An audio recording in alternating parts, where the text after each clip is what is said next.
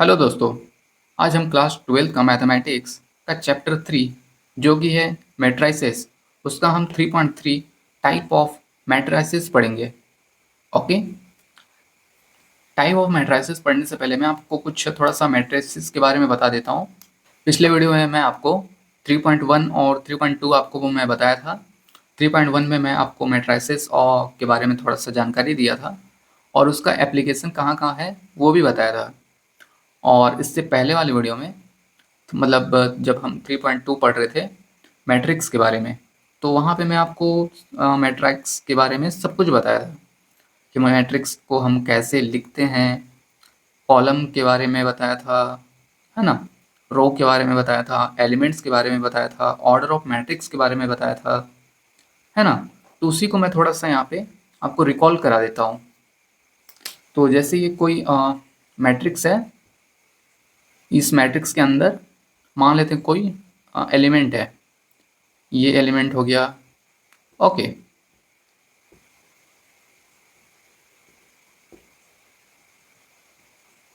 ये कुछ एलिमेंट्स है इसके अंदर।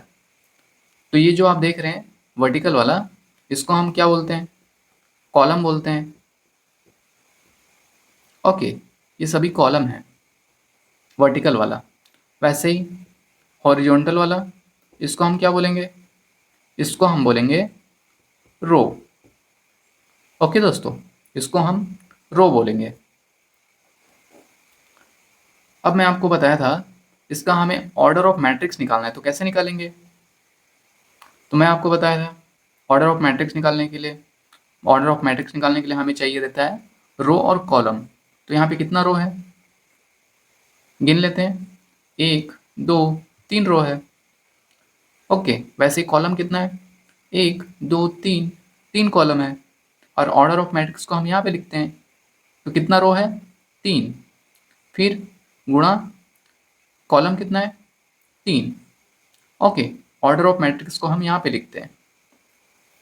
पहला लेटर जो होता है, मतलब पहला जो नंबर होता है, इसको हम रो बोलते हैं और दूसरा जो है इसको हम कॉलम बोलते हैं। ओके।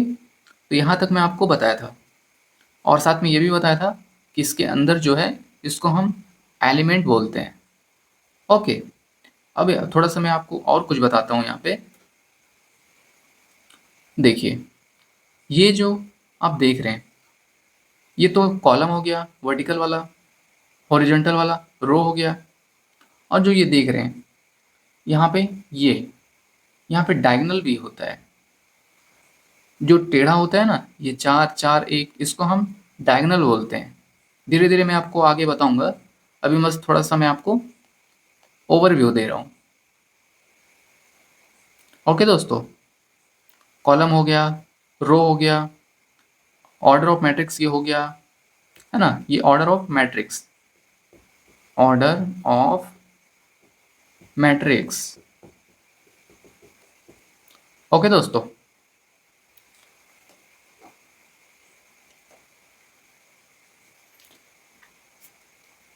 तो चलिए अब हम टाइप ऑफ मैट्रिक्स के बारे में पढ़ते हैं। इसको मैं मिटा देता हूँ।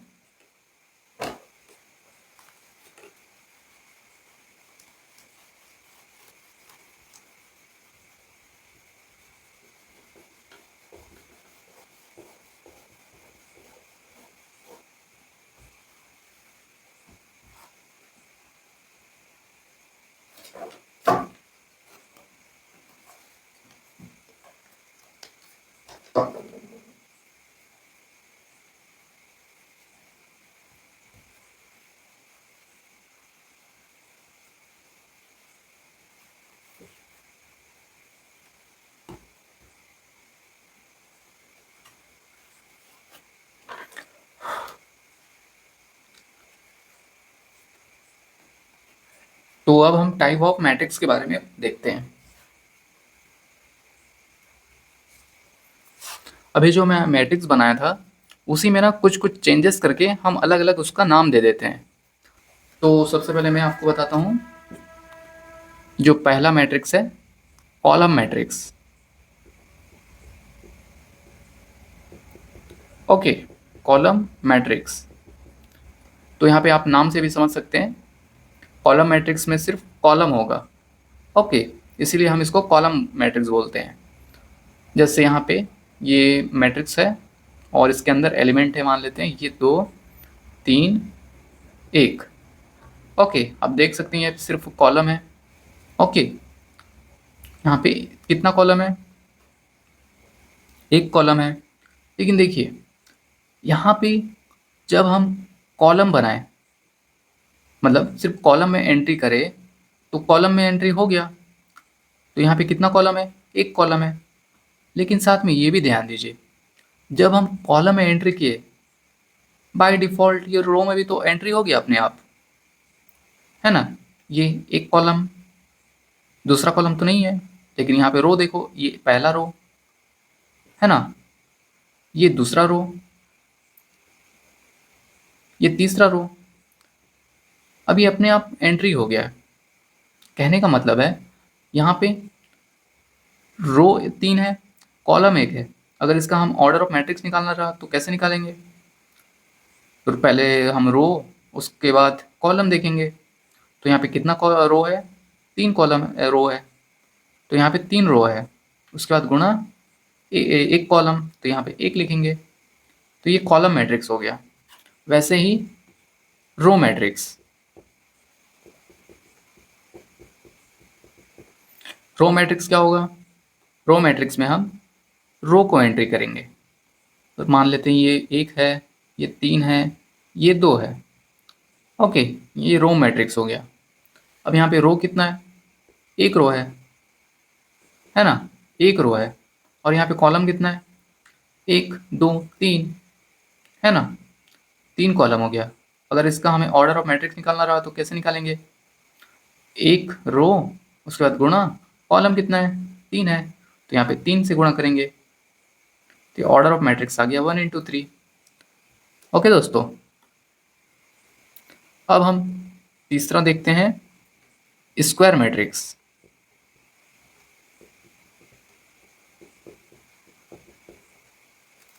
ये हो गया कॉलम मैट्रिक्स, ये हो गया रो मैट्रिक्स, और ये हो गया स्क्वायर मैट्रिक्स। अब स्क्वायर मैट्रिक्स क्या होता है? देखिए, स्क्वायर मैट्रिक्स में जो रो और कॉलम होता है वो बराबर होते हैं। कहने का मतलब जितना रो होता है उतना ही कॉलम होगा। अगर मान लेते हैं रो अगर 4 है तो कॉलम भी 4 होगा, ओके। तो यहाँ पे मैं लिख देता हूँ, स्क्वायर मैट्रिक्स में रो बराबर कॉलम, ओके। जैसे मान लेते हैं ये यहाँ पे हम एंट्री करते हैं 1 2 3 1, 4 2 3 4, 1 3 1 5, ओके। क्या यहाँ पे कॉलम 4 है? हाँ, कॉलम 4 है। क्या यहाँ पे रो 4 है? गिन लेते हैं, 1 2 3, नहीं, ये तो गड़बड़ हो गया। कॉलम तो 4 है बट रो 3 है, तो हमें रो को भी 4 करना पड़ेगा, क्योंकि ये स्क्वायर मैट्रिक्स है। स्क्वायर मैट्रिक्स वो मैट्रिक्स होता है जहाँ पे रो और कॉलम बराबर होते हैं। तो यहाँ पे 4 कॉलम है तो 4 रो भी बनाना पड़ेगा, ओके दोस्तों। ये हो गया 4 रो। अब ये जो नंबर लिया हूँ मैं, है ना, 1 2, ये सब मैं नंबर अपने मन से लिया हूँ। बस मैं यहाँ पे ये बताना चाह रहा हूँ कि जितना कॉलम होगा उतना ही रो होगा। इसी को हम यहाँ पे स्क्वायर मैट्रिक्स बोलते हैं, ओके। 4 इंटू 4, दोनों बराबर होंगे। अब हम चौथा देखते हैं। चौथा क्या होगा? Diagonal matrix.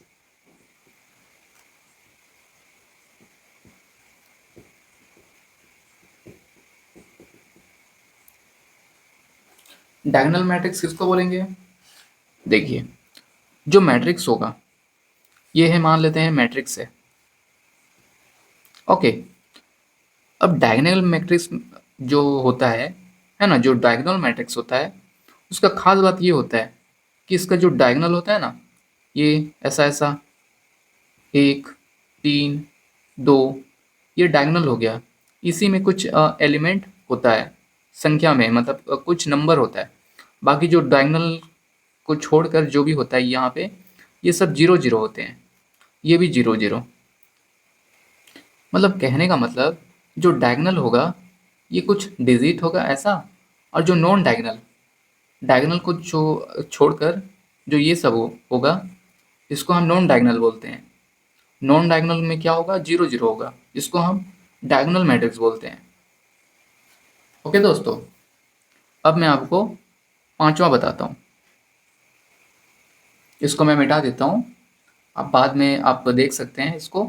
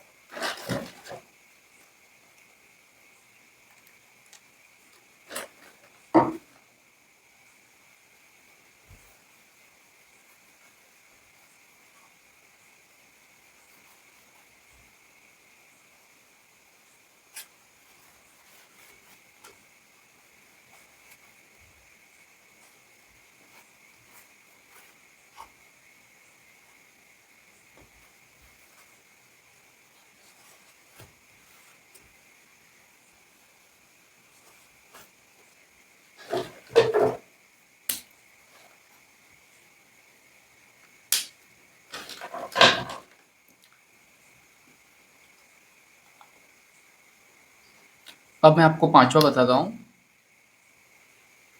पांचवा हो जाएगा हमारा स्केलर मैट्रिक्स।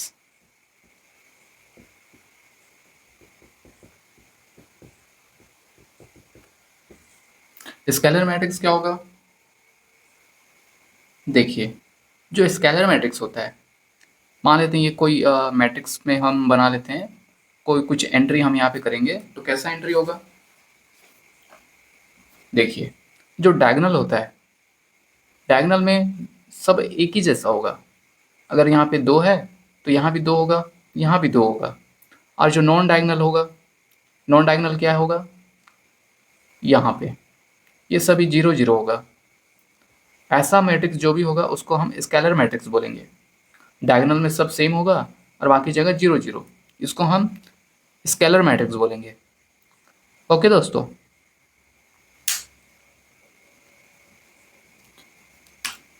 छठवा हो जाएगा आइडेंटिटी मैट्रिक्स।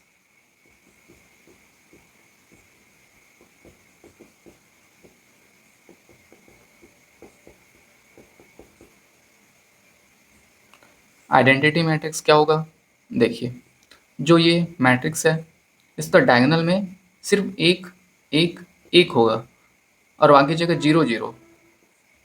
ओके, बाकी जगह 0 0। अगर ऐसा मैट्रिक्स होगा उसको हम आइडेंटिटी मैट्रिक्स बोलेंगे। ओके दोस्तों, मतलब अगर ऐसा मैट्रिक्स हुआ, मतलब एक एक एक तीनों जगह डायगोनल में एक एक हुआ, बाकी जगह 0 0, तो ऐसे मैट्रिक्स को हम आइडेंटिटी मैट्रिक्स बोलते हैं। अब हम सातवां देखते हैं। सातवां क्या होगा, सातवां होता है जीरो मैट्रिक्स। जीरो मैट्रिक्स क्या होता है, देखिए जीरो मैट्रिक्स क्या होगा, देखिए यहाँ पे मैं आपको बताया आइडेंटिटी मैट्रिक्स में डायगोनल में एक एक होता है, बाकी जगह 0 0 0 0, तो इसको आइडेंटिटी मैट्रिक्स बोलेंगे। ऐसे स्केलर मैट्रिक्स में डायगोनल में 2 2 2 2, मतलब एक के अलावा यहाँ पे एक एक होगा, है ना, यहाँ पे एक एक होगा तो उसको आइडेंटिटी मैट्रिक्स बोलेंगे। और यहाँ पे डायगोनल में, अब यहाँ पे मान लें 4 4 होगा, तो यहाँ भी 4 होगा, यहाँ भी 4 होगा। अगर यहाँ पे 5 होगा तो यहाँ भी 5 होगा, यहाँ भी 5 होगा, तो ऐसे को स्केलर मैट्रिक्स बोलेंगे। लेकिन यहाँ पे डायगोनल में 0 0 0 होगा और साथ में बाकी जगह भी 0 0 होंगे, बाकी जगह भी 0 0 होगा। ऐसे मैट्रिक्स को हम जीरो मैट्रिक्स बोलते हैं। ठीक है दोस्तों, तो हम यहाँ पे 7 टाइप का मैट्रिक्स पढ़े। अब मैं आपको 3.3.1 आपको बताता हूँ कि उसमें क्या चीज़ है।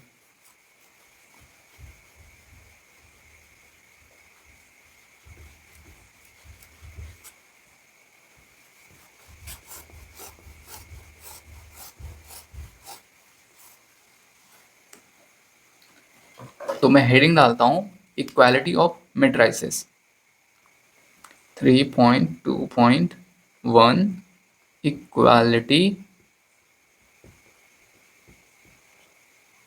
Of matrices.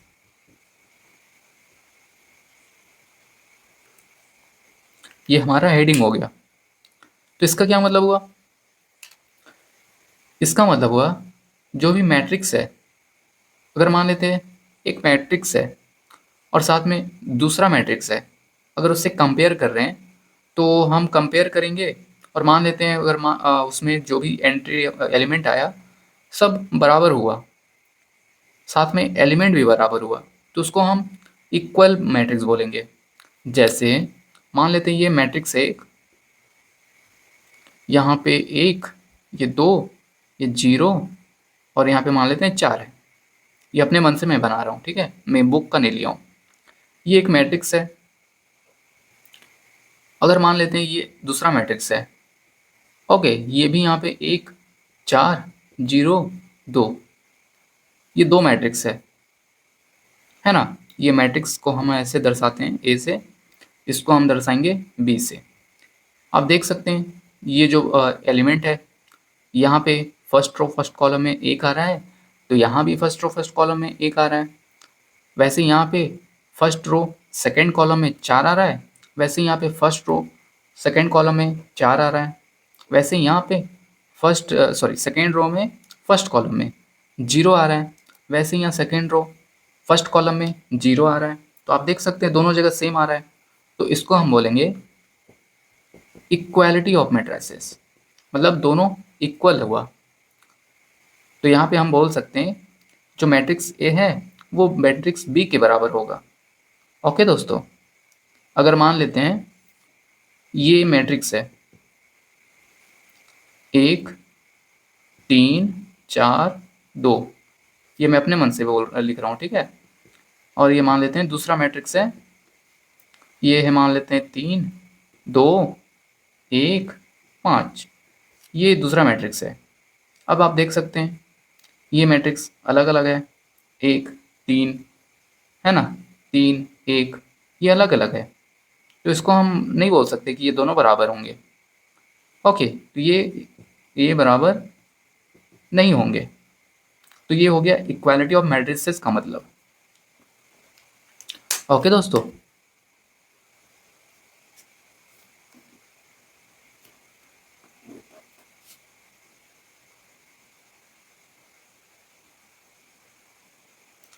तो दोस्तों आज हम टाइप ऑफ मैट्रिक्स पढ़े और इक्वालिटी ऑफ मैट्रिसेस पढ़े। ओके, अगर आपको कुछ समझ नहीं आ रहा है तो आप ज़रूर पूछ सकते हैं। ओके,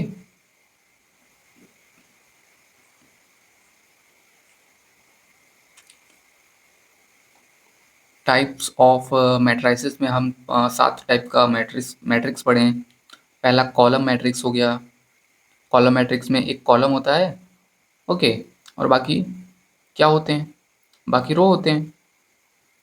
वैसे ही रो मैट्रिक्स में एक रो होता है। देखिए इसको याद रखने का एक तरीका है। कॉलम मैट्रिक्स में याद रखिएगा, कॉलम मैट्रिक्स में सिर्फ एक कॉलम होता है, वैसे ही रो मैट्रिक्स में सिर्फ एक रो होता है।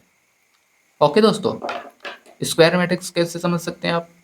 स्क्वायर मैट्रिक्स वो मैट्रिक्स होता है जहाँ पे कॉलम और रो, है ना, जो कॉलम और रो होता है वो बराबर होते हैं, उसको हम स्क्वायर मैट्रिक्स बोलते हैं। उसके बाद चौथा था डायगोनल मैट्रिक्स। डायगोनल मैट्रिक्स वो मैट्रिक्स होते हैं जहाँ पे डायगोनल में कुछ एलिमेंट होते हैं, कुछ भी हो सकता है ना। और बाकी जो नॉन डायगोनल हो गया, डायगोनल को छोड़कर जो बाकी जगह होगा वहाँ पे जीरो जीरो आएगा, तो उसको हम डायगोनल मैट्रिक्स बोलेंगे। ओके दोस्तों, उसके बाद पांचवा क्या था? Scalar matrix. स्केलर मैट्रिक्स वो मैट्रिक्स होते हैं जो डायगोनल में जो भी आते हैं वो सब बराबर होते हैं, उसको हम स्केलर मैट्रिक्स बोलते हैं। ओके दोस्तों, मतलब जो स्केलर मैट्रिक्स होते हैं उसका डायगोनल में कुछ भी डिजिट होगा, पाँच होगा तो बाकी जगह भी पाँच पाँच होगा डायगोनल में, तो उसको हम स्केलर मैट्रिक्स बोलेंगे। आइडेंटिटी मैट्रिक्स होता है क्या? छठवां हम आइडेंटिटी मैट्रिक्स पढ़े थे। तो आइडेंटिटी मैट्रिक्स में जो डायगोनल होता है उसमें एलिमेंट एक एक होता है ना। जो डायगोनल में जो एलिमेंट होगा वो एक एक होगा, बाकी जगह जीरो जीरो होगा, उसको हम बोलते हैं आइडेंटिटी मैट्रिक्स। और लास्ट था हमारा जीरो मैट्रिक्स। जीरो मैट्रिक्स में जो एलिमेंट होते हैं पूरे जगह जीरो जीरो होते हैं, उसको हम जीरो मैट्रिक्स बोलते हैं। ओके दोस्तों। और इक्वालिटी ऑफ मैट्रिक्स ये हो गया सामने।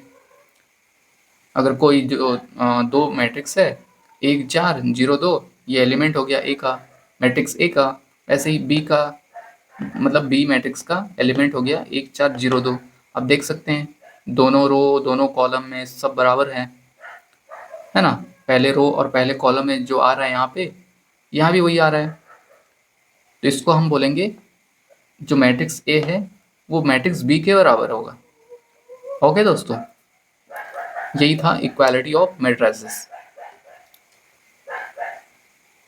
तो दोस्तों 3.2.1 भी खत्म हो गया। ओके, अगर आपको कुछ डाउट है या फिर आपको कुछ समझ नहीं आया तो आप पूछ सकते हैं। ओके दोस्तों, मैं आपको समझाने का प्रयास करूँगा।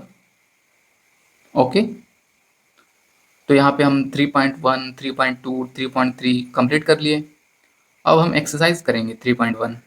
ओके,